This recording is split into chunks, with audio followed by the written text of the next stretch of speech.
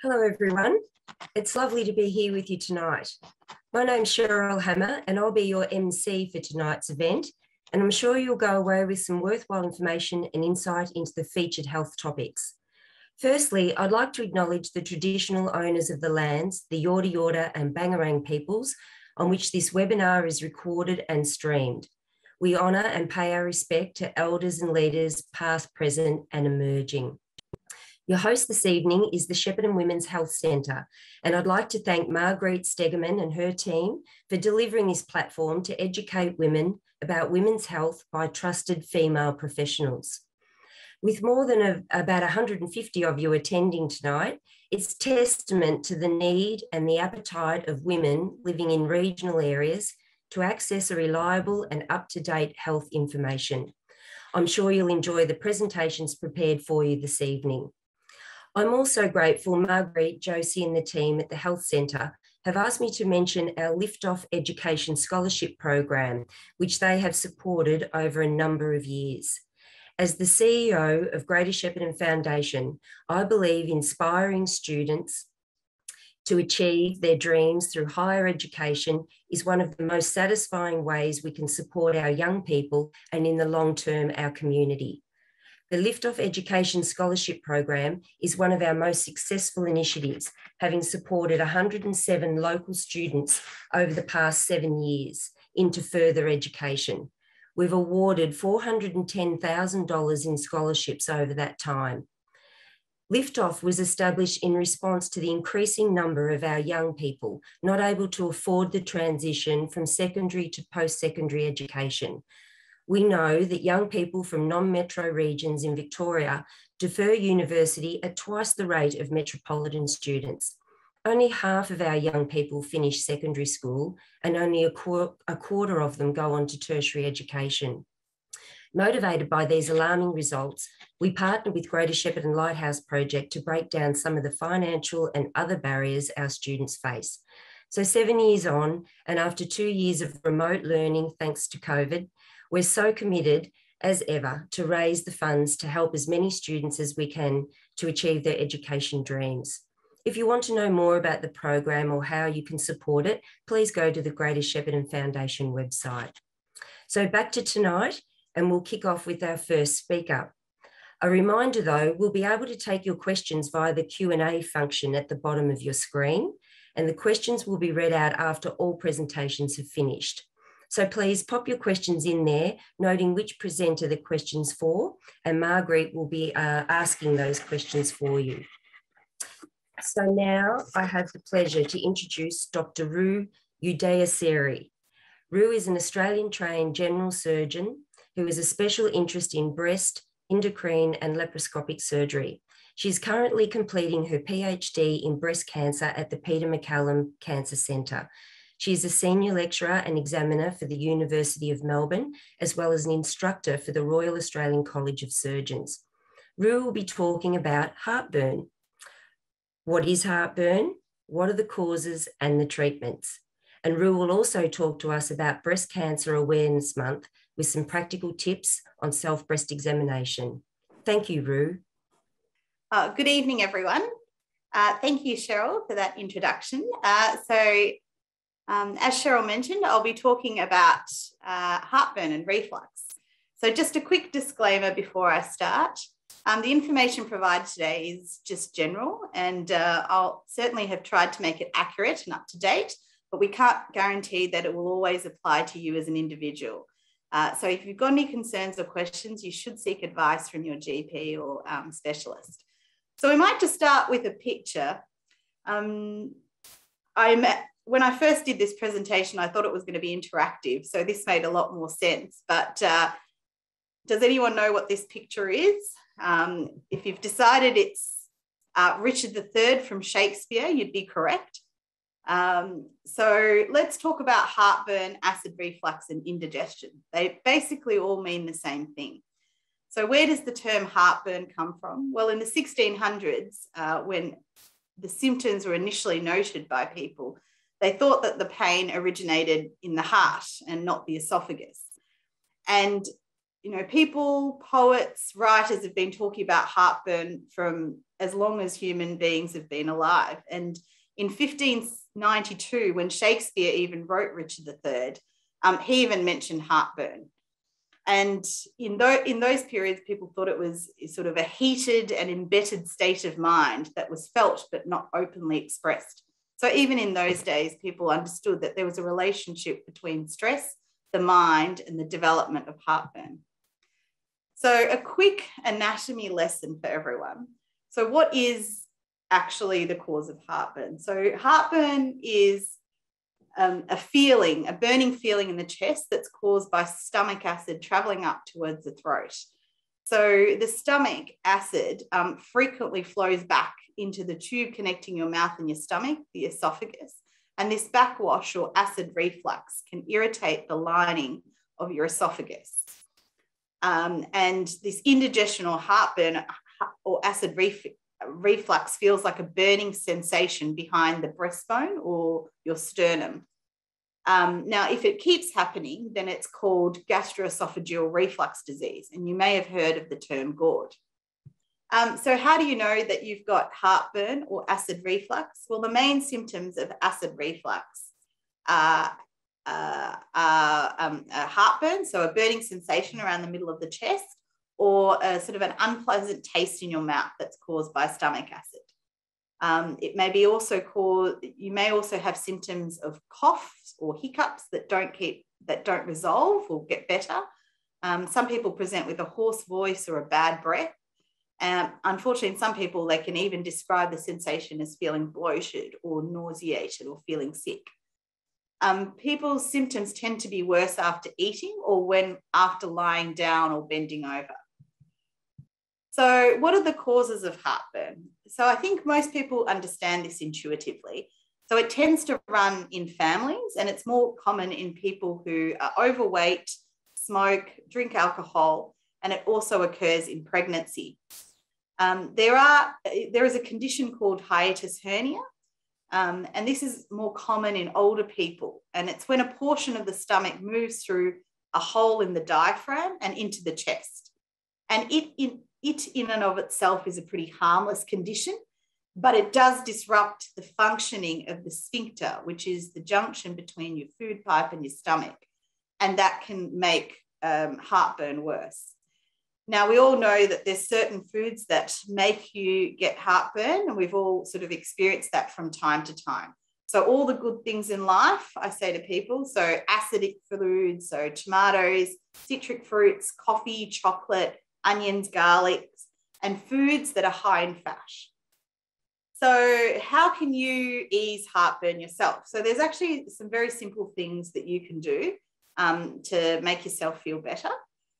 So eating small, more frequent meals, raising the end of your bed, sort of getting a 30-degree tilt will often make you feel better. And most people will intuitively do this by putting a couple of pillows at the end of their bed, trying to sleep. So if you can try and lose some weight, if you're overweight, that will make your symptoms better. Trying ways to relax, because we know that stress increases the acid in your stomach. And if all of these sort of simple lifestyle measures aren't helping, you can speak to your pharmacist about recommending medications such as antacids. So these are medications that counteract the acid in your stomach. So there are things that you want to avoid doing. So don't eat food or have drinks that trigger your symptoms. Try to sort of eat by about 6 p.m. each night so that you're not lying down as soon as you've finished eating. Try not to wear clothes that are constrictive around your waist. Stop smoking, or at least reduce smoking. Try not to drink too much alcohol. And strongly we would advise that you don't take any medication, certainly ongoing, without speaking to your GP or specialist first. So where can you go for help? If lifestyle changes and seeing the pharmacist and getting antacid medication is not helping, then we'd really recommend that you see your GP or your doctor. So a good ballpark is if you're having symptoms for 3 weeks or more, you really should be seeing your GP. There are some other symptoms that aren't heartburn that are very concerning that people sometimes mistake for heartburn.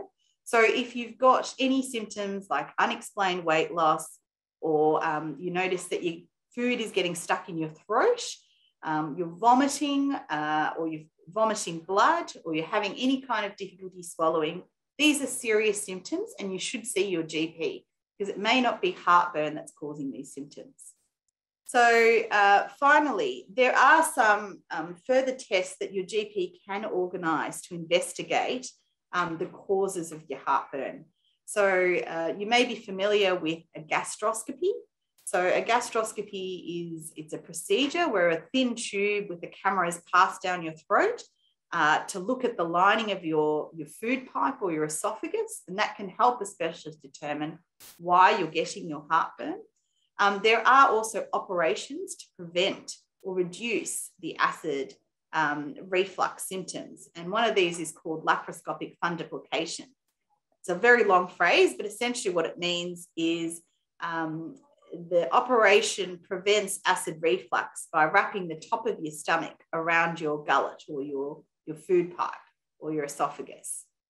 So in summary today, heartburn's really caused by stomach contents backing up into the esophagus, and eating a large meal or drinking too much coffee or alcohol are common causes. Constant heartburn can have complications, but there are some simple lifestyle measures and medications that you can do to reduce your symptoms. And if you're experiencing any ongoing heartburn, please see your doctor. Now, if you've got any questions, please save them up and write them on the Q&A, and please address it to Ru. Now, I did have a short presentation about how to perform a self-breast examination as part of October's Breast Cancer Awareness Month, and we'll be putting this information on both our website and our Facebook page later. Thank you for your attention. Thank you, Ru.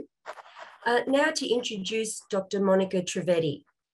Monika is an obstetrician and gynaecologist who believes in providing excellent evidence-based care to women in regional areas to eliminate the need to travel far from home for quality health, advice and care. Her special interests include high-risk pregnancy, chronic pain condition and vulval diseases. Monika completed her graduate certificate in clinical research with Melbourne Uni and commenced a research project at GV Health. She's also actively involved in teaching students.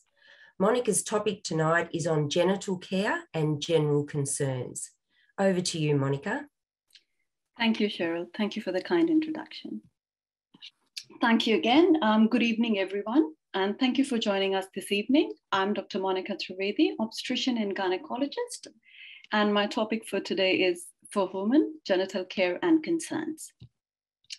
So just an overview, we intend to cover today just a basic idea of the anatomy of the female genitalia, some most common presentations we see in our clinic, like itching and pain down below, and their causes and management, and some basic perineal advice. So this slide looks busy, a lot of things here, but I promise I'm not going to go into detail, but just a basic idea. Women present to us in the clinic complaining of pain in the belly, pain down below, pain on the side. And this diagram is just to show you, along with the uterus, and there are a lot of other structures in the belly, like your bladder. The front here is your belly wall, which includes muscles and nerves and a lot of bile around. So there are a lot of causes of pain which can happen, and we do a complete evaluation, and this entity is called as chronic pelvic pain. Probably a topic for next year's Shepparton Women's Info Night. And this evening, we'll restrict ourselves to understand our normal female genitalia. All right, so just a quick review here. So a basic idea of the anatomy. So this is just a pad of fat on the top. We call it pubis. Two skin folds filled with fat extending from front to back. They are called as the outer lips of the vulva, and we call the labia majora.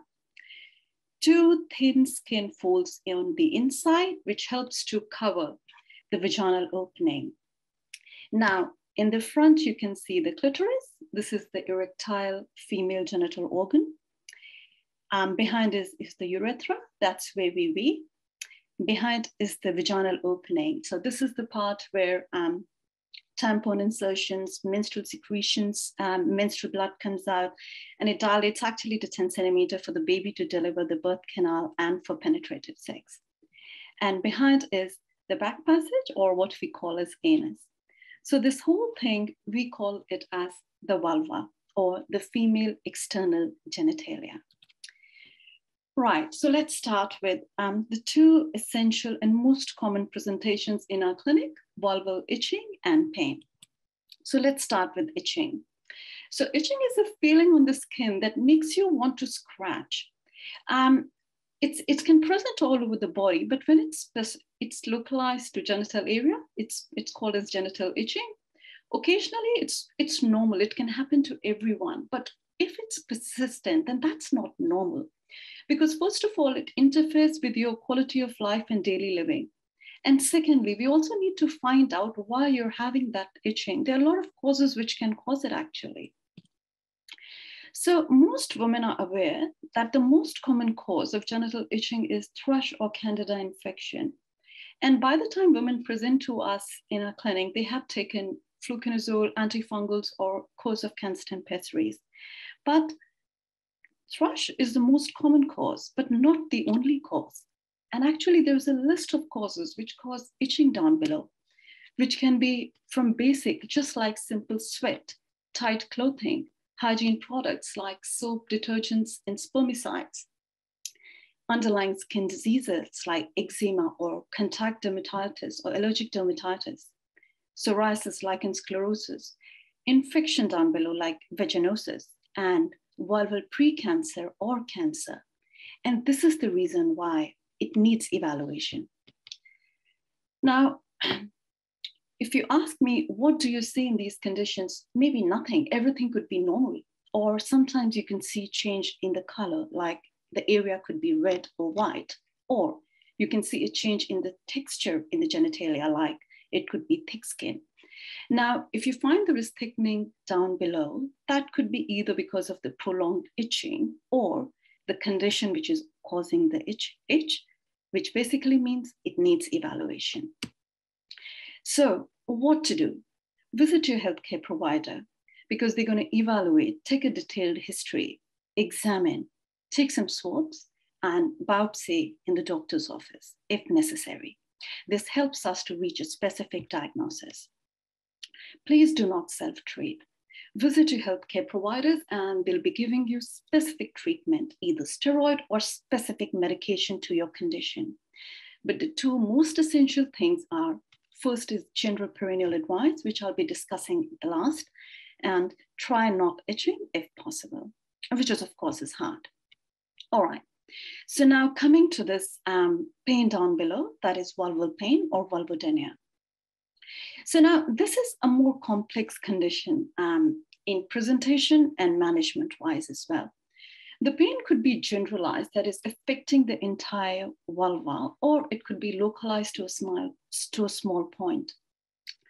There could be trigger factors for the pain, like when you're having sex, it's painful, touching of clitoris or tampon insertion, the whole sensation is very painful. Now the causes, not very promising. The most common cause is infection, and that's easily treatable. And the most common one is Candida vulvovaginitis, which actually causes a lot of soreness down there. And this thing is easily treatable. But the majority of the most commonly, we cannot find any cause, what causes this condition. But it is said that probably a disorder of the nerves that supply the vulva. Now, I'm not going to go into detail, but this picture, just to give you an idea, this is the nerve supply of the vulva. So nerves in a body are like the electrical wiring in a house, which take impulses from one point to another. So for example, the normal sensations like pressure, heat, stretch, all these sensations, we feel them because of the nerves. Now imagine what happens if there is a dysfunction in these nerves on heightened sensitivity. So these sensations the normal sensation are perceived by our body as abnormal. And that's what probably we perceive as pain. Now, the women can have varied presentations, like they can present to us with burning, aching, soreness, stinging. There could be itching or irritation, sometimes stabbing pain. The pain can be constant or off and on. The site of change can change. Pain it can have a pattern like come and go. But the bottom line is it does affect the quality of life and the sex life of women. So again, this condition is manageable, but it does take time and effort. Visit your healthcare provider. They'll try and find an underlying cause and to address it. We'll try some medications, whatever can help, depending upon the condition you have. But the most important role we have here is of physiotherapists and counselors. I'm sorry, I might want to go to this back one. Yes. So physiotherapy is quite essential, and we have a wonderful physiotherapist with us, Mrs. Fiona Wieland, who actually helped us in managing these conditions. And counselor support, you'll be listening to Dr. Alison Sinclair. So yes, we take help of our counselors, physiotherapists, and to help manage this condition. So it's despite the fact that we don't fully understand this condition, it's still manageable. The process is exhausting, but in this whole process, I guess counseling helps. So please visit your providers if you have any of these conditions. Now, let's come to some normal bit. Genital care. So vulva is a very sensitive area, and there are a lot of secretions from the vagina and vulva as well to keep it moist and healthy. Girls present to us in the clinic complaining of abnormal discharge. So I thought I'll take this platform to differentiate between normal and abnormal. Everyone have normal secretions. So any secretion which is either white or mucoid, non-offensive, non-itchy, it's physiological. It does wax and wane. Like if you see during mid-cycle or premenstrual, the secretions are more and the other phases, they are less. So they are normal. Anything which is colored, itchy, causing UTI, that does need, and offensive, of course, that all needs to be addressed, and that's abnormal. All right. So washing the genitals, do we need to be careful? Of course, yes. The skin is very sensitive. There are things which actually irritate vulval skin, like harsh chemicals. If you rub very hard when drying, using loofah, hot water, or if you wash too often. So this is actually not very good for perineal hygiene. So what is the best way to keep yourself clean? Just separate the outer lips, plain water, use hands only, pat dry, and never use hair dryer on the vulva. It's very sensitive. So again, just to summarize all the do's we have to do when it comes to basic perineal advice. Use hands only, no loofahs, no rubbing, no hot water, just plain lukewarm water. No harsh chemicals, soap, shower gels, or cleansers. Just try using hypoallergenic alternatives. I usually recommend QV in my clinic, but I'm not here to endorse any brand. You can always talk to your GP or dermat and find a suitable product for yourself. Just pat dry, no hair dryers, and wear well-fitting clothes. Cotton undergarments are the best. Avoid thong, tight jeans, and hose. Mild detergents to wash clothes and avoid any fabric softness. If you're using menstrual pad, just basic cotton ones which fit properly, and change them regularly. This is the basic perineal advice I give in my clinic regularly. And the don'ts, again, don't wash your vulva more than once a day. You don't need to. No washing of vagina, no wipes, no deodorants, no douches. No cosmetic products, no cleansing products. Just simple water, pat, and dry. Thank you for listening to me, and I would like to acknowledge the source of the information was from ISVBD website. Thank you all. Thank you so much, Monika. And just a reminder, yes, you can put your questions for the presenters in the Q&A function at the bottom of your screen, and they'll be read out at the end of the presentations. So now it's my pleasure to introduce Alison Sinclair. Alison is a general psychologist who enjoys helping clients gain insight about their thoughts and behaviours. and she'll provide us with some practical coping skills and strategies to use in everyday life. Alison offers counselling to adolescents, adults, couples, and families. And she's experienced in a range of issues, including anxiety, depression, stress, relationship issues, trauma, family violence, and parenting. Alison's topic tonight is help. I can't stop overthinking. Do you find it difficult to relax and turn off your brain? Is your mind constantly racing? If the answer is yes, the good news, there are plenty of strategies that can help, and Alice is going to share some of them with you. Thanks so much, Alison. Thanks, Cheryl, and welcome everybody. Overthinking. All right. Believe me, I've done a lot of overthinking about tonight's talk, and I'm sure some of you can relate to this. Look, every day we've got hundreds of thoughts, feelings, emotions, and memories. From the time we wake up until the time we fall asleep, our brain is really a thought machine that operates 24 hours a day. So how do you know if you're an overthinker? Well, here are 9 signs that you might be. 1, do you relive embarrassing moments in your head? 2, do you have trouble sleeping because it feels like your brain won't turn off? 3, do you ask yourself a lot of what if questions?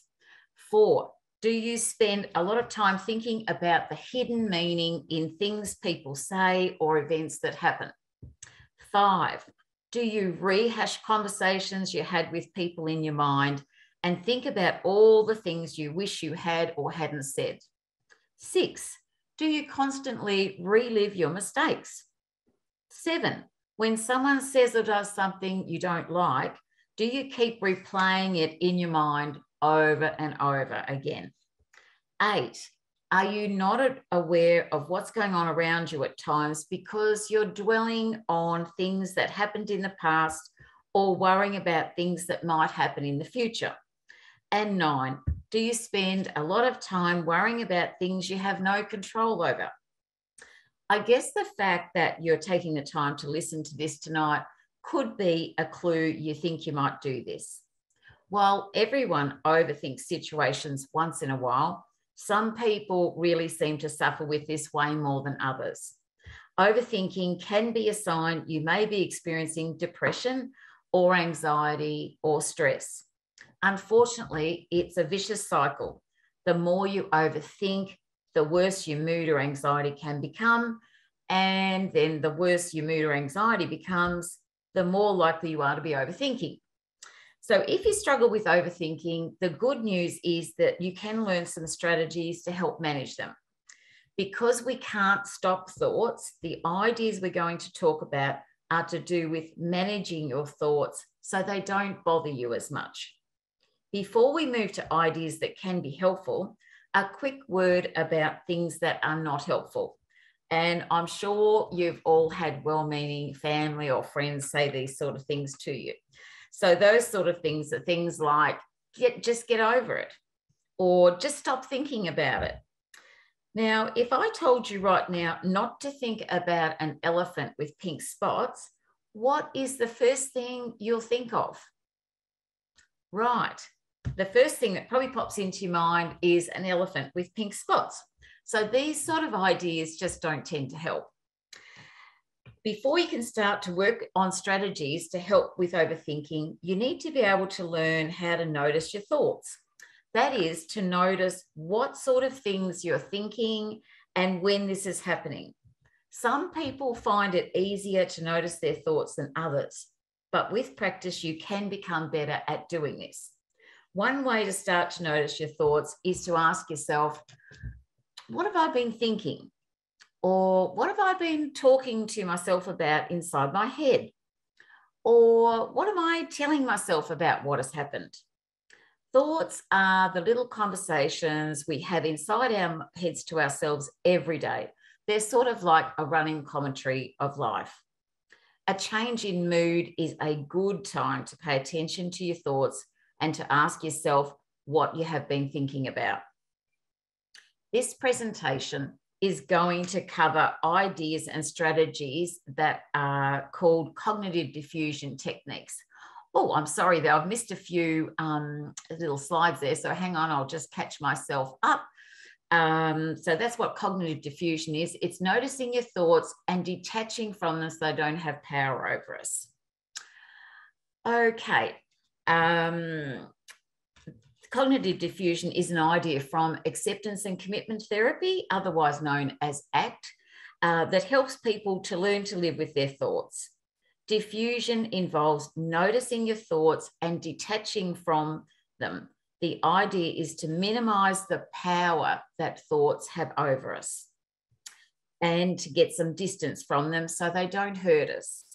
The goal of practicing diffusion skills is not to be able to control our thoughts or to learn to think positively.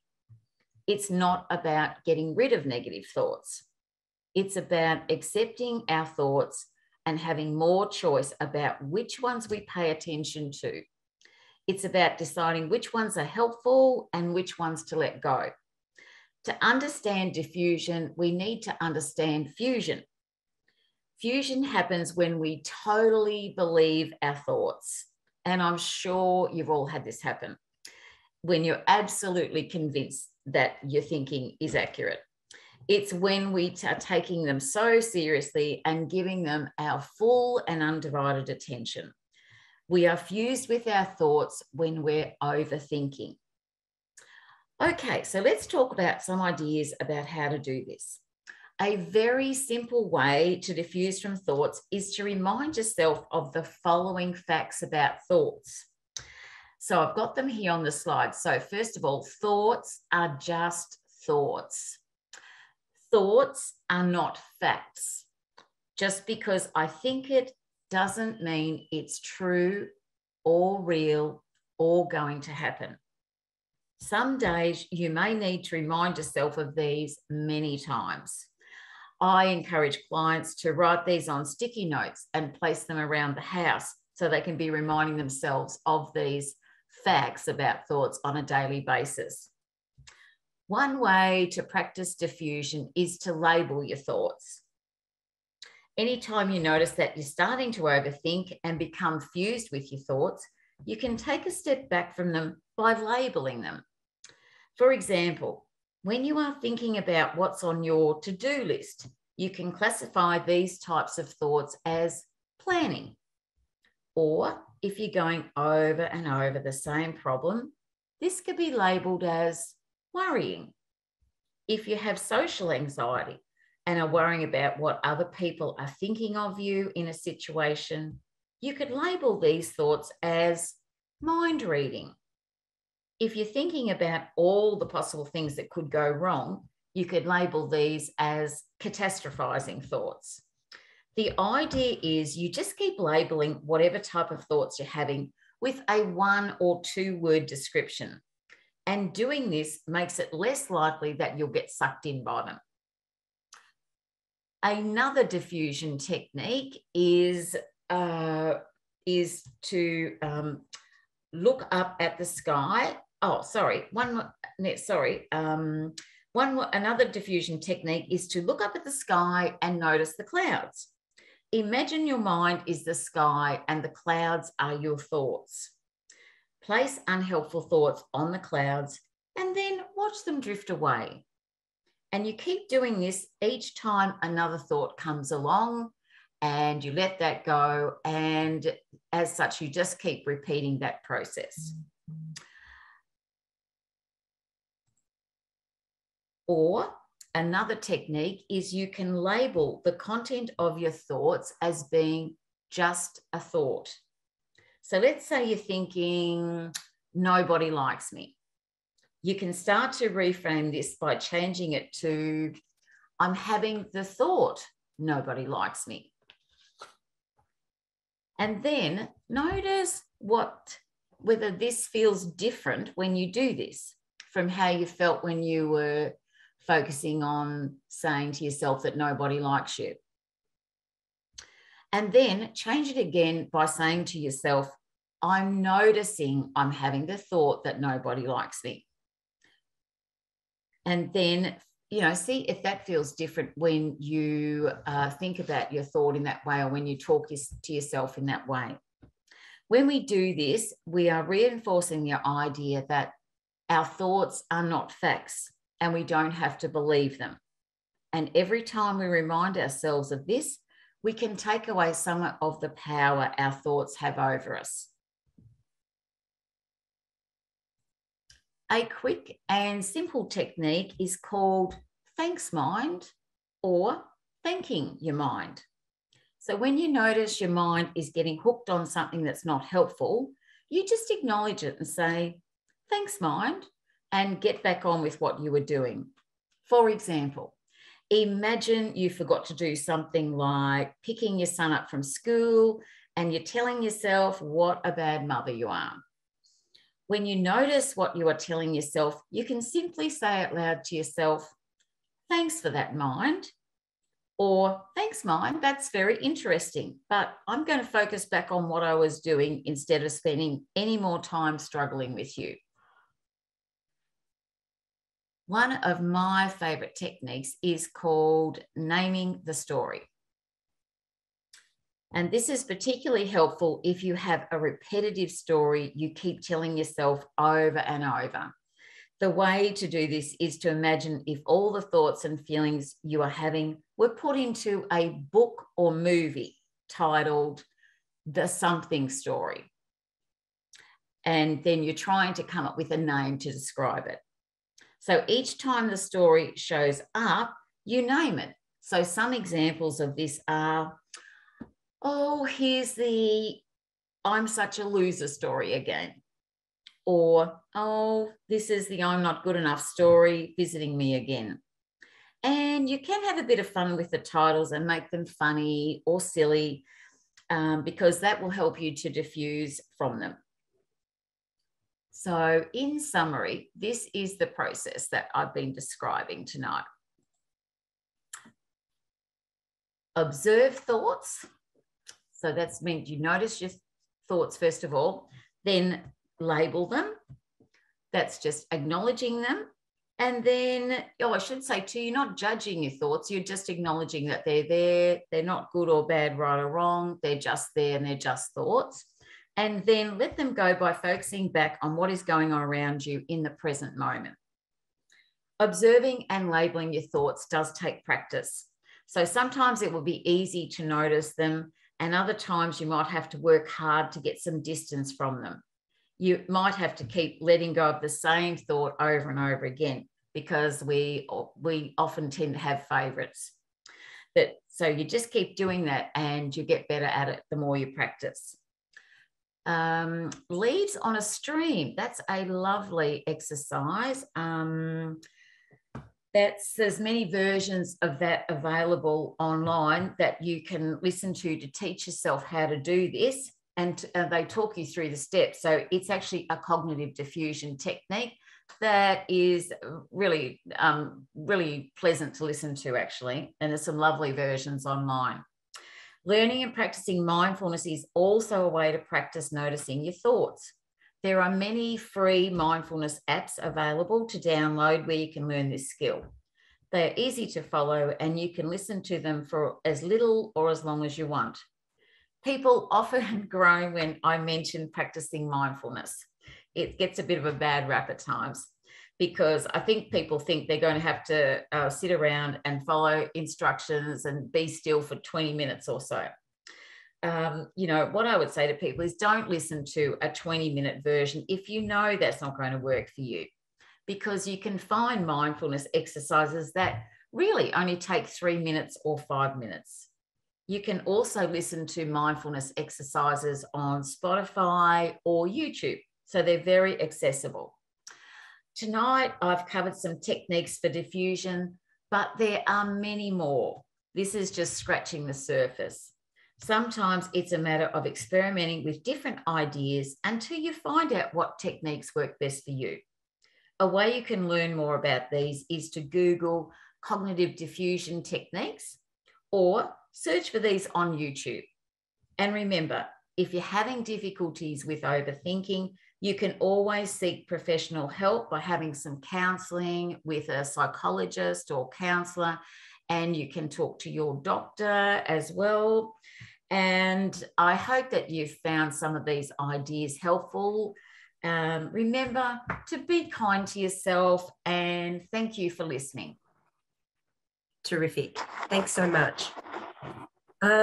Thanks again, Alison, and plenty of great information there for some issues, I guess, we're all having to deal with at some point in our lives. So thank you very much. So next up, we'll hear from Dr. Herath Wataliyadda. Herath is a general paediatrician who is passionate about children and adolescent behavioural and developmental problems, autism and ADHD. She's from Sri Lanka and completed her training in Sri Lanka, the UK and Australia. At the moment, Herath is advocating for a professional holistic approach and better facilities for children with behavioural difficulties and their families. Her presentation tonight asks, are we giving the best chances to our children? What are the hindrances to learning? Why are our kids not achieving their potential in school and life? And what can we do as parents and providers? Thank you very much, Herath. Thank you, Cheryl. So the pictures are from my beautiful country, Sri Lanka. That is where I come from. So good evening, everyone. Today I'm going to talk about a topic which is really, really, really close to my heart. And I'm sure that it is close to your heart as well. That is regarding our children.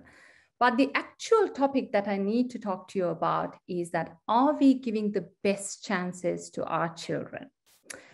From the very nervous moment, so if you start from this human life cycle and start from somewhere which is supposed to be very happy, and from the very nervous moment of the parents standing in front of at the church door, through these happy pictures, through these crazy happy pictures, most families, or every family for that say, wish is to see this kind of picture very soon and to undergo a healthy, well-supported pregnancy to end up getting a safe arrival of a newborn baby and with a safe mother, with a healthy mom, and to have a happy, healthy family together. Normally developing infant, a happy, well-behaved toddler, and then happy preschoolers and smiling preschoolers. Who could forget these toothless grins and oversized coats and skirts? And then we see the cheerful preschool primary graders, and then enthusiastic and very polite high schoolers. And here we go, right? Yeah, happy, working as a team, smiling teenagers.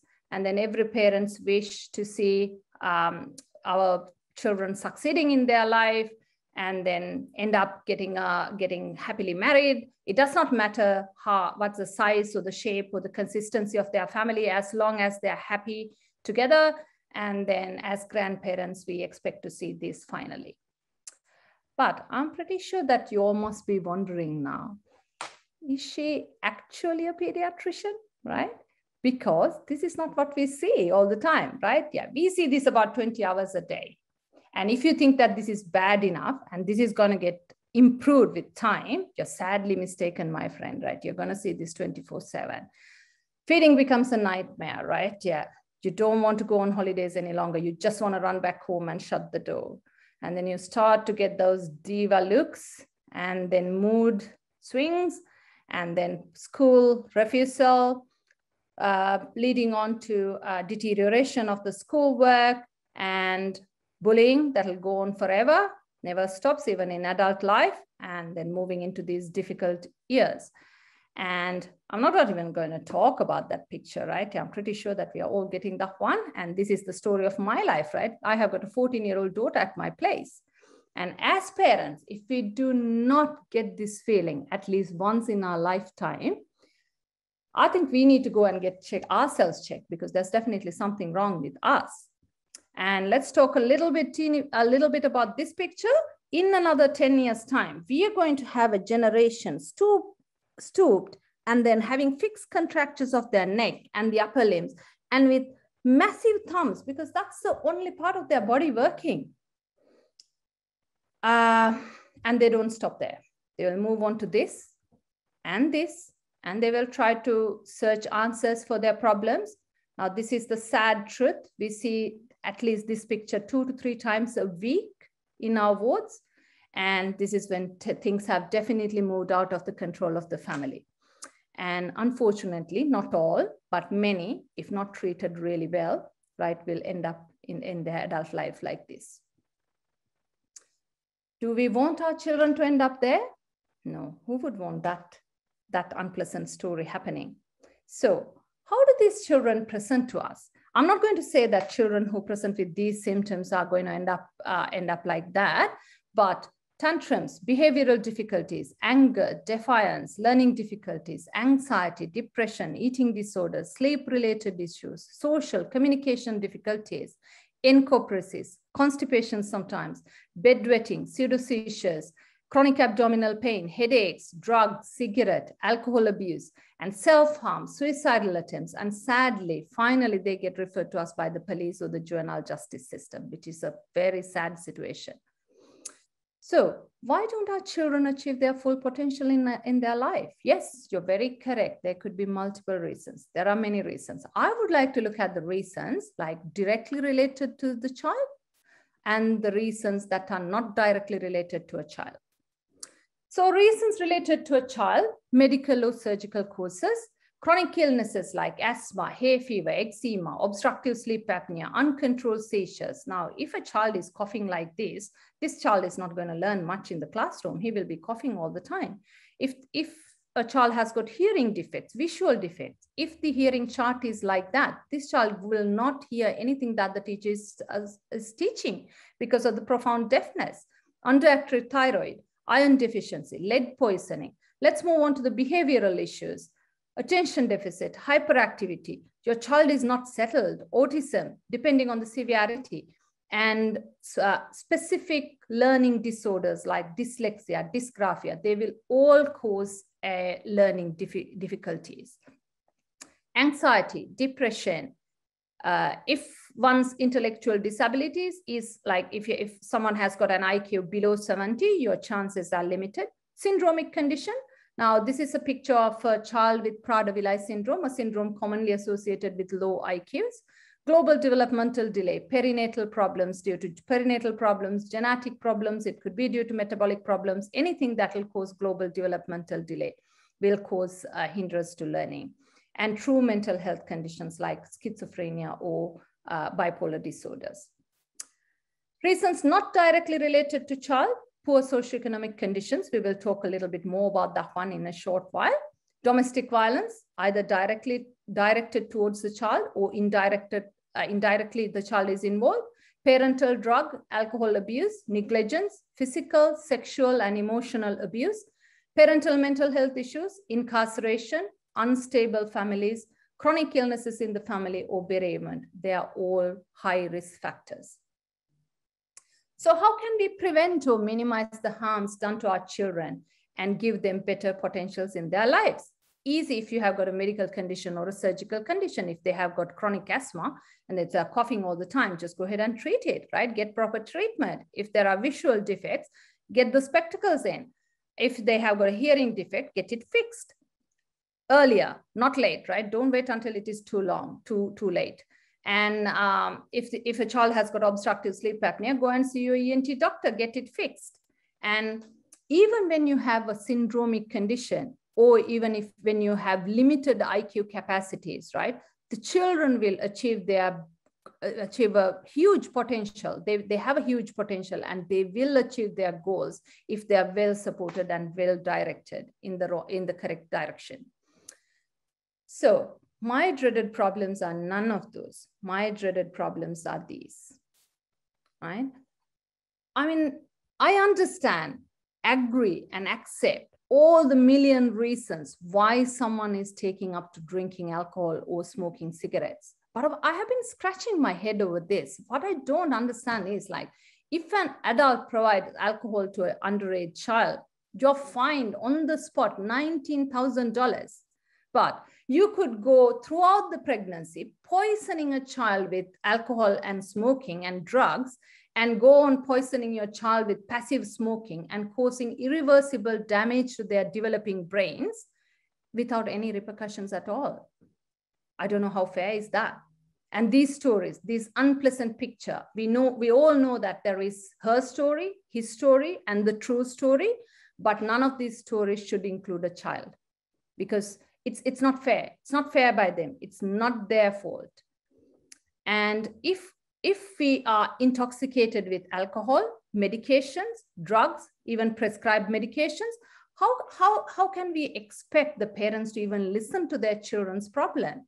Sexual abuse, that's a whole topic, and by itself. Physical abuse, again, and look at the number of ribs broken in this little neonate by squashing the child.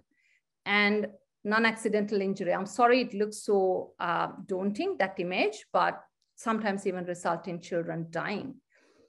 And ongoing emotional abuse, neglect of the children, chronic negligence, right? And that'll really drastically change their potentials. So let's look at one of these situations, like poor socioeconomic conditions. If you look at this graph, this is taken from a well-conducted study. And if a child comes from the lower socioeconomic status, right, lower socioeconomic class, at the end of 24 months, the child's vocabulary sits just below 300 words. But if a child comes from a high SES, the vocabulary is 400, about 450. And the difference, look how the gap widens when they grow in age. The low SES will end up getting 13,000 vocabulary, whereas the higher SES will end up getting 46,000 words in their vocabulary in adult life. That's only one example. And let's have a look at the brain. I'll look at the brain in a bit of a graphical way and then try and connect these two. If you look at this is what we call the brainstem. That deals with our basic functions. So brainstem deals with our basic life functions like blood pressure, heart rate, respiratory rate, your temperature regulation.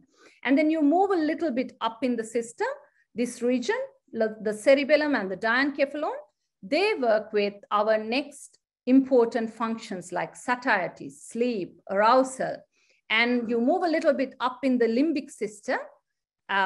With proper wiring, this is how the brain starts forming. And with proper, and then the limbic system deals with emotional reactivity, motor functions, motor coordination, fine motor coordination, and attachment.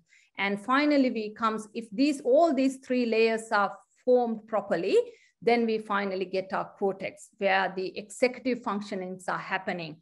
So learning, memory, decision-making, comprehension, all these executive functions take place in your cortex. Now let's look at some brain maps. And this is a key that we use to read our brain maps. Look at this picture. This is a typical brain map of a typically developing child who does not have any risk factors in the background. Look at the basic functions here. They are all 12s. That means well developed. They are in the typical range. So it is very easy for the child's next level of functions to develop on this typically developing brain. He has got a very solid basics, and then very solid foundation. And look at this child who has undergone developmental trauma, where the brain wiring is all over the place. Look at the basic functions. Even the basic functions are quite underdeveloped, and there's no point even trying to talk about the higher functions, right? Yeah, because it is minimal that we could do when we try to change these functions when this foundation is not formed properly. So even the size of the brain gets affected. Look at these two. These are two brain scans compared of a 3-year-old children. This is a typically developing child. Look at the size of the brain. There is a normally developing child. This is the size of the brain and a child who has undergone extreme neglect. And even the functional scans of the brain. This is the healthy brain, a functional scan of the brain, and then you could see the functional scan in comparison into this one. Look how different they are. If we look at our developmental health aims, this slide was actually borrowed from the Royal Children's Hospital website. one of the presentations. And this is, if we think that this is the ideally developing child's developmental trajectory, this is the poor trajectory of a child who comes with many adverse background, many adverse factors in the background. And with our current system, our current practice, this is the level of achievement that the child is going to gain. But with all the help and proper guidance and everyone, giving their best to the child opportunities, we are trying to achieve a near normal developmental trajectory for our children. And look at this simple graph. When the children are very young, this is against the time. When the children are very young, you don't have to spend anything, right? Your cost is like almost nothing, next to nothing. But look at the effectiveness, highly effective. You could do simple things to make a massive difference in their life. But look what happens when they grow in age, right? Yeah, you could like pour truckloads of money into these children and nothing would happen. The effectiveness is near zero. And this is a graphical presentation of the current Australian situation, where a needy child is here, and this is how all the supporting services will look like. It's a very, very extremely busy slide, very difficult to understand. And our systems are unfortunately so fractionated. At the end of the day, I feel like this, right? But don't panic, there is some help out there. So who could help you? Pediatrician, let's cut that one across because that comes the last. There are so many other people who could help you. Your GP, maternal and child health, daycare nurses, kinder, and psychologists, counselors, allied health people, OT, speech therapists like play, music therapists, autism therapists, social workers, ALOs, and finally the pediatrician. Because by the time the referral that you did here, by the time it reached the pediatrician, it takes so long. So you can, during that time, you could get the help of all the other people. And what places could offer help? Schools, daycare, kinder, community centers. I'm actually focusing on our local area, Rambalara, Cradle to Kinder, Lighthouse Project, Primary Care Connect, Council, the Ethnic Council, Hearing Australia, all these places, Bridge, Family First, Child First, Orange Door.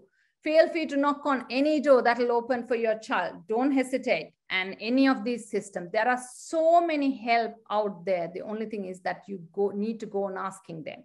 You need to go and knock on their doors. NDIS funding. And if you are a good reader, or if you want to go through some facts, these books are beautiful books, which are freely available in any of the libraries. Or if the books are not available here, they can actually borrow the books from somewhere else and then give them to you. So go ahead and read them. They're fantastic. And who are the best therapists of all? Let's see. A doctor who would spend 20 to 30 minutes every 3 to 4 monthly. And a therapist will spend 30 minutes to 1 hour every fortnightly if the child is very lucky. School, kinder, daycare will spend anywhere from 3 to 6 hours a day. And the parent and family will spend 18 hours of a day with the child, which is graphically presented here. Obviously, the doctors and the therapist will be will provide you with good guidance, but eventually it is the parents and the family who are the best therapists around, who can do a difference. Apart from seeking help from the professionals or the providers, what you can do is, while you are waiting for the doctors and the therapists, there are so many things that we could do. Even when you're seeing them, there are so many things that you could do. Look at this picture. They're simple. They won't cost you a fortune to do these ones. They're just like, from the things that you put in the waste basket. They just need a little bit of creation and maybe just around in just Google them around, right? Or think out of the box, right? You can do millions of things with your kids. Now, these are the things that, simple tasks that you could do, right? Now, these things will end up in the waste bin. But see, you just need to spend half an hour and you're making $1 million memories, $1 million worth of memories with your kids. And when was the last time that we have enjoyed this little puppet show with one of our kids? And I can't stress the importance of bedtime reading to parents actually, because it is shown that it has got very, very high effectiveness. You just don't have to spend anything. What you need is 10 minutes out of your time, dedicated time with your children, for your children, and the parents playing with their kids. So please, please, please, right? Do come together, do the changes, do whatever that you can to spend time with your children, one-to-one. Spend time with your children, not like this, not around the children, but with the children. So if we do these stuff, right, we can make a real difference in their life, and we can give the best chances for them in their lives. Thank you so much for your time. I'll take up the questions with the others. Thank you. Thank you so much, Herath, and a lot of information there to help us do better by our children, that's for sure. And of course, thank you again to all the guest speakers tonight for sharing on these topics. So now we'll be able to answer some of the questions that you've posed for our presenters tonight. And I'd like to do that by introducing Margreet Stegeman from the Shepparton Women's Health Centre, actually the founder of the Shepparton Women's Health Centre in Shepparton. And thank you, Margreet, for bringing this fabulous platform for us tonight to learn so much. I'm sure those that are watching have got a lot out of it tonight. Margreet is an obstetrician and gynaecologist who is passionate about women's health and about teaching. She has a master's in clinical education and is a senior lecturer at Melbourne University. Margreet started the Women's Health Information Nights back in 2016 as a way to further local women's knowledge and health. Thank you, Margreet, for the opportunity for myself to be involved tonight. And I'll pass you over now to ask all those wonderful questions. Thank you. Thanks, Cheryl. Yeah, thanks very much for fantastic presentations. I used to present in the past as well, but the last couple of years I haven't had a chance because we have so many good people that want to present and do such a fantastic job. So thank you very much. There's lots of questions coming in, not tonight, but beforehand, fortunately. And apparently, Herath, your topic is an important one because there are a lot of questions that were posed to you. And I think that a lot of parents are probably wondering when is behavior normal and when is it abnormal. So if you are doubting, what could be the quickest and easiest way for a child to get assessed for ASD? So autism, thanks Margreet. And autism spectrum disorders, I must make this fact very clear. Getting an assessment is something entirely different to getting a diagnosis that your child is being diagnosed with autism. Because diagnosis is always a multidisciplinary team decision. It's not a single person's diagnosis. So if you need like a very short answer, the quickest way is to get it done in the private sector because we have got resources available. You have to spend some money, I accept, but there are some public places available, especially in CAMS at Goulburn Valley Health, if you talk about the local region. But it is so hard to get through the doors because of the long waiting list. And the waiting time could be sometimes more than 6 months to 1 year, or even close to 2 years, if I'm talking the facts. But one thing that I have to tell is like, we have to get the multidisciplinary team reports, but don't get delayed, especially if the child is less than 7 years old. Don't wait until you get the ASD, like the ASD assessments done or get a formal diagnosis. You can still go ahead and apply for NDIS funding without a formal diagnosis. It is only after the 7 years that you need to worry. Once you get the funding done, we can slowly come to the diagnosis. Thanks. Great, great. Good idea. Now, a very topical question for this era. So we'll stay with you, Herath. I found this a very interesting question. I hope that you do too. What do you think the greatest barriers will be to primary age children who have started school during COVID compared to the past? That's a very difficult question. It is a very difficult question. You must have seen my hand going here, right? Yeah, of course, right? It is. Because with COVID, what we have found is that the anxiety is like shooting through the roof. Those children who have got problems with anxiety. And obviously we are in social isolation. We don't have that human connections any longer. We have lost those ones. And then the consistency is lost as well. One of the biggest problems in small children, because even like however busy they look, right, they still like that consistency to happen in their lives. So if they need that pattern, but here we go 2 weeks to the school and then the next 5 months, right, we are in lockdown, and then you go another 3 days and then you're back in lockdown. So it is very difficult for them to have a consistency. So those are the main problems that I'm expecting, not only in primary school children, but in all the children and even in adults. Anxiety and social isolation, and then loss of human contacts and connections. And also this will affect quite badly with children with underlying problems like anxiety, depression, and mainly autism spectrum disorder as well, because they can't tolerate changes. It is so hard for them to tolerate the changes. Yeah. Well, to stay in the same area, but then maybe go to the adults. Thanks a lot, Alison, for your fantastic presentation. It was really good. I think that probably all of us recognize something in the nine signs. And I was thinking, I hope that I don't have to relive any embarrassing moments tonight about this presentation. How do you help a relative? This was one of the questions that came. How do you help a relative who has just admitted to extreme anxiety and has possibly been dealing with this alone? Oh, sorry, that's better. Well, they might have been hanging on to that for a very long time before they've declared the anxiety to somebody. So I guess it must have been a pretty big step to take to tell someone about it. And it's a little bit hard to give a lot of information apart from very general response to that question, because I don't know the age of the person or their circumstances and what's going on. However, it's a very, must be kind of, I hope, a relief for them to have told somebody after all this time. And the person who they've told, hopefully they're supportive and keep making inquiries about how the person is going, whether there's anything they can do to encourage them to get assistance.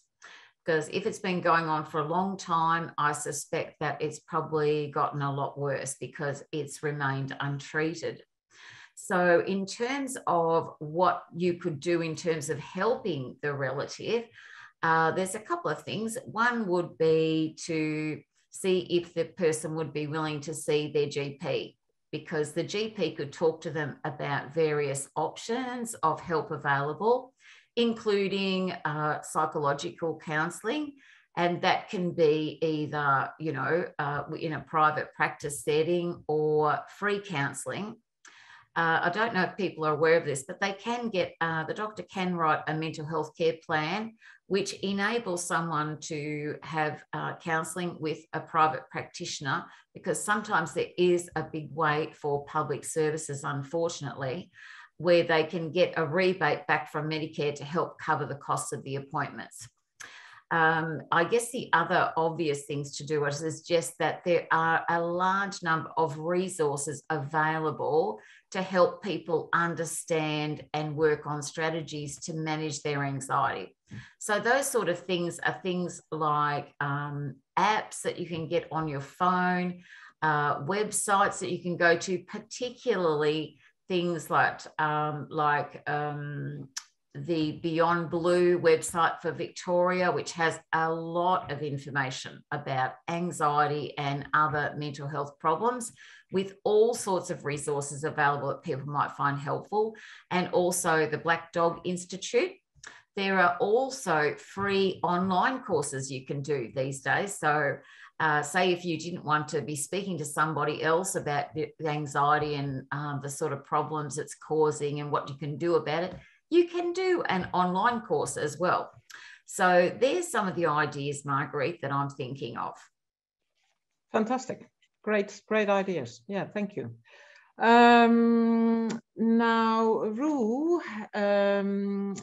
all the questions that came through were about the topic that you didn't talk about.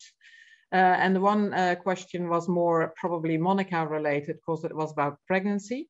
But just a couple of questions about breasts and breast augmentation. So one of the questions was, is breast augmentation covered by Medicare for medical reasons? So look, that's a great question, Margreet, and I think it's one that a lot of women ask. The simple answer is yes, it is covered under Medicare, but there are very strict criteria for that. I myself, as a general surgeon who is a general and breast surgeon, will cover breast augmentation in the context of breast cancer. But if you're talking about pure breast augmentation related to physical, mental, or cosmetic reasons, then the appropriate specialist in that case is a plastic surgeon. Obviously, privately, that can be done very easily, but from a public perspective, there's very strict criteria. But yes, there is discretion to cover it under Medicare. Yeah. So if somebody has that question, they should just go and discuss it either with their GP or with you. Absolutely. Someone like you. Yeah. Yeah. Now, another question was that should women with breast implants be getting a mammogram earlier than the standard recommended age? So look, this is an important question, actually. So usually at the time that people get breast implants, so this is usually performed by a plastic surgeon, they're usually advised by that surgeon about how to screen, in particular for breast cancer. I would say overall, the majority of patients who've got breast implants would not be suitable for a mammogram, because if you remember, when you do a mammogram, they actually squish basically your breast. And this could risk the implant blowing up essentially and getting, either a spillage of silicone or saline in the breast, which is a very dangerous situation. So usually the advice would be to use a different type of imaging, such as an MRI of the breast. But once again, the individual circumstances in which you start screening are related to you and your circumstances. So what I would advise women who have got breast implants is that absolutely you should be screened for breast cancer like every other woman, but it would be good to see your GP and to discuss your specific needs. But certainly mammogram should be used with extreme caution if you've got breast implants. Good advice, yeah. And from what age should we start doing breast checks? So what I say to women is as soon as you can grab them, you should be becoming familiar with them. But the reality is we should all become very comfortable with our breasts. There've been research to show that women who are familiar with their breasts are more likely to pick up a smaller size breast cancer compared to even a specialist in that area. So it's not about finding something sinister. It's about learning what normal is. So I encourage women, even in, as a teenager or even in their 20s, to start doing self-breast examination. And it doesn't need to be every day. It doesn't even need to be every month. A couple of times a year in the shower, just become comfortable with your breasts. Understand what's normal for you. And if there are any concerns, go and see your GP. Yeah, great advice. Now, there were two people that asked about breast reduction, so I'll put that here as well. Does breast reduction impact on lactation? So the simple answer is yes, it can. If the operation's done in good hands by an expert subspecialist, you can still successfully breastfeed after breast augmentation. So it can be done. Great. Now, Monika, there wasn't really a question for you, but there was one question directed to Ru, which is probably more something directed for you as an obstetrician. By the way, a fantastic topic for next year, the suggestion to talk about chronic pelvic pain. So the question was, is the treatment for reflux in pregnant women the same as what Ru discussed? Okay. Thank you, Margaret. Yeah. Can you see me? Yep. Okay, great. So, well, I'm an obstetrician, so I just know the obstetric bit. Sorry, Ru. So I can just tell you the obstetric bit, how we manage this reflux in pregnancy. So I'm glad this is a webinar because people cannot throw things at me, because the first thing I'm going to say is reassurance. I know somebody who's having that bad reflux, it's hard to say reassurance is going to help, but that's the first step, explaining to them the entire process. Like, you've got a big uterus, which is going to grow up till your sternum. It's going to press on the stomach. So a bit of reflux is physiological. So the basic management, we start with lifestyle interventions like diet alterations, stop spicy food, a lot of fruits and vegetable in the diet, decrease the portions of the meal and space out the meals. Once you take meal, don't go to bed at that time, a little walk, frequent meals are much better. Avoid spicy food or high fat content food. Avoid tight clothing, and if someone is a smoker, stop smoking. If somebody is on iron tablets, we stop those tablets. These basic interventions actually help a lot of women. After that, positioning. Like, we advise women to sleep in propped up position rather than flat, because when you lie down, either ways, we don't recommend people sleeping in flat position. It's always on the side, but to make it a bit propped up, it does relieve your symptom. Now, if none of these basic measures help, then finally we start with antacids. We prefer the ones with sucralfate in it, because it just layers your stomach and does not get absorbed. So it's safe in pregnancy.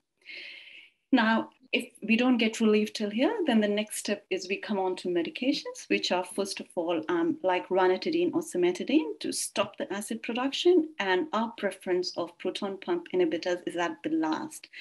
We don't like any intervention in pregnancy unless we have to. Now, the medications which we give are either ranitidine, cimetidine, or we prefer giving omeprazole rather than any other medication, but pantoprazole also can be given. These are all category B, meaning that they are safe in pregnancy, but there's not much evidence in human, but they are safe and they are routinely used. Most women respond very well to this stepwise approach. And I don't think ever in these many years I had to refer a patient in pregnancy for GORD relief to a surgeon. But if the symptoms are very severe, and if any intervention, like Ruth spoke about gastroscopy, and I think very rarely, if needed, then that can be done during second trimester, because that's the safest time to do anything. But hopefully not. In my experience of these 15 years, never had to refer a patient to get GORD relief in pregnancy. Great. That's a quick overview over treatment in pregnancy. Now, I still had a question about the itching in that area, so don't go away yet. You said that the most common cause is thrush, and that's absolutely true. So I think it's okay to treat that, but how many times do you think it's okay to treat that before you say, actually, this isn't thrush anymore? You need to go and look for something else. Actually, I think it's the history which is more suggestive. Like, evaluation is most important. Like, if a patient comes to me and tells me has dyspareunia, like pain during sex, discharge, and then she's having this itching and had a history of thrush in the past, the chances are most likely, like if it's a duck, it walks like a duck, then it's a duck. Most likely it's thrush. Plus the clinical examination, you will not find anything, or mainly a redness around the vulva. So I think in a young girl or in a young woman, it's fair to treat. But if the same complaint is given to me by somebody who's menopausal after 50 or 60, then I'll probably be more careful, examining, doing vulvoscopy and exploring other things as well. So that's why evaluation and examination is very important. Great, great.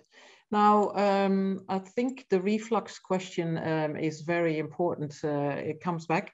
So, Ru, if you're not pregnant, should you stop your iron tablets as well if there's reflux? Yes, I did see that question. So what I would say is, look, iron tablets can cause reflux, and there's certainly those conditions, but it's important to probably see your GP to determine if that's actually the cause of the reflux. It could be related to something else entirely. So I don't recommend starting or stopping any medication without discussing that with your GP first. So I think it's important to see your GP. Great, great. Now, Alison, a bit of how do you stop being afraid of what could go wrong with unfamiliar tasks, even though they are small life admin jobs? Just solve that, will you?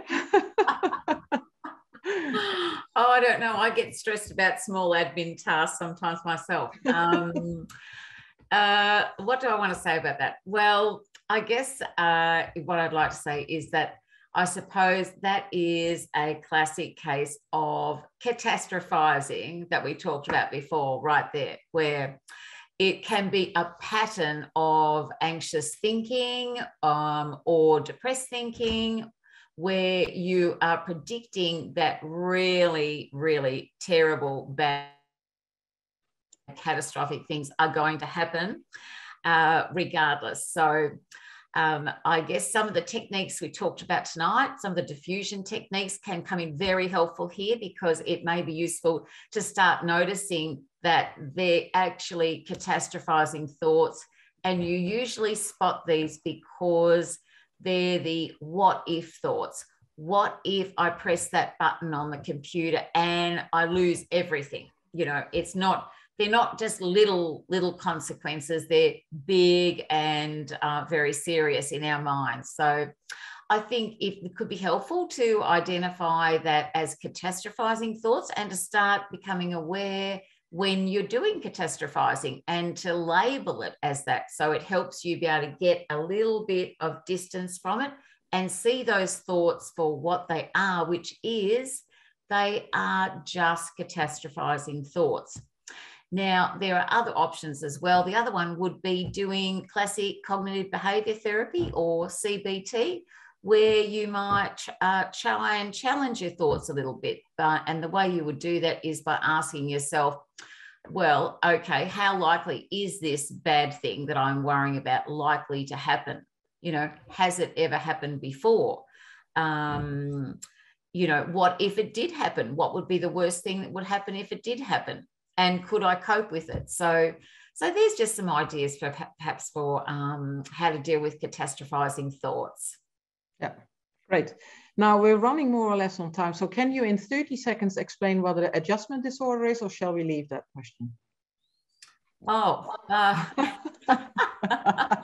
well, I suppose just very quickly, adjustment disorder just means that you're having difficulty adjusting to something that's impacted on your life. Like it could be, gosh, it could be absolutely anything. It could be starting a new job. It could be the death of somebody. It could be you've been diagnosed with a health problem. It could be that, you know, your child started school and you're now dealing with an empty nest sort of scenario. It could be absolutely anything. So that's what an adjustment disorder is. And I think that, according to the DSM, the time frame for that to be diagnosed is something like, has to be going on for longer than 3 or 6 months. I'm not absolutely sure about that.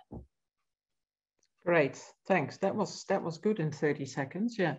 Now, Herath, the last question is for you. It's a practical question. Is there a wait list for your service, and is there a fee for service, or is it bulk billed? Yes. If you don't want to. There is a waiting list, obviously. I think I'm filled until in the private rooms, I'm filled until December, if I'm correct. So I try to squeeze in the patients like who needs urgent attention. But it is like the service that I do at Women's Health Clinic is not bulk billed. It involves a fee, it involves an out-of-pocket cost, and that's the only place where I'm practicing privately. But very soon we will be starting a bulk bill service. That's from next year, February onwards, there will be a bulk billing service. It's something to do with the school, primary schools mainly. We're only eyeing the primary schools for the time being, and have plans to develop it into the secondary schools as well in the near future. The services will be started in Morupna school. So it's like I don't know how to label it, whether it is private or public, I do not know. It does not involve a fee except for an admin fee, which goes to the school because we need an admin person, but the pediatrician services are completely bulk billed. Right. Now, we are running on time. I would like to thank all the speakers. I hope that everyone agrees that the quality was absolutely outstanding. So thanks, Alison, Monika, Ru, and Herath. That was great. I would also really like to thank Cheryl for giving up her time and being here tonight, and for the fantastic emceeing that you've done. Thank you very much. Now, usually this is the time where I find out that I've forgotten to buy the flowers, but that's a good thing that we're doing it online because I don't need to give out flowers. But I would like to thank Josie, of course, and I think it's time to start your video now as well, Josie, who has, as every year, really organized this fantastically. And she always does a very outstanding job. So thank you very much for doing that again this year. And I hope that, that we can do this again, but then in real life next year. Thank you very much for being here. And thank you very much for the participants.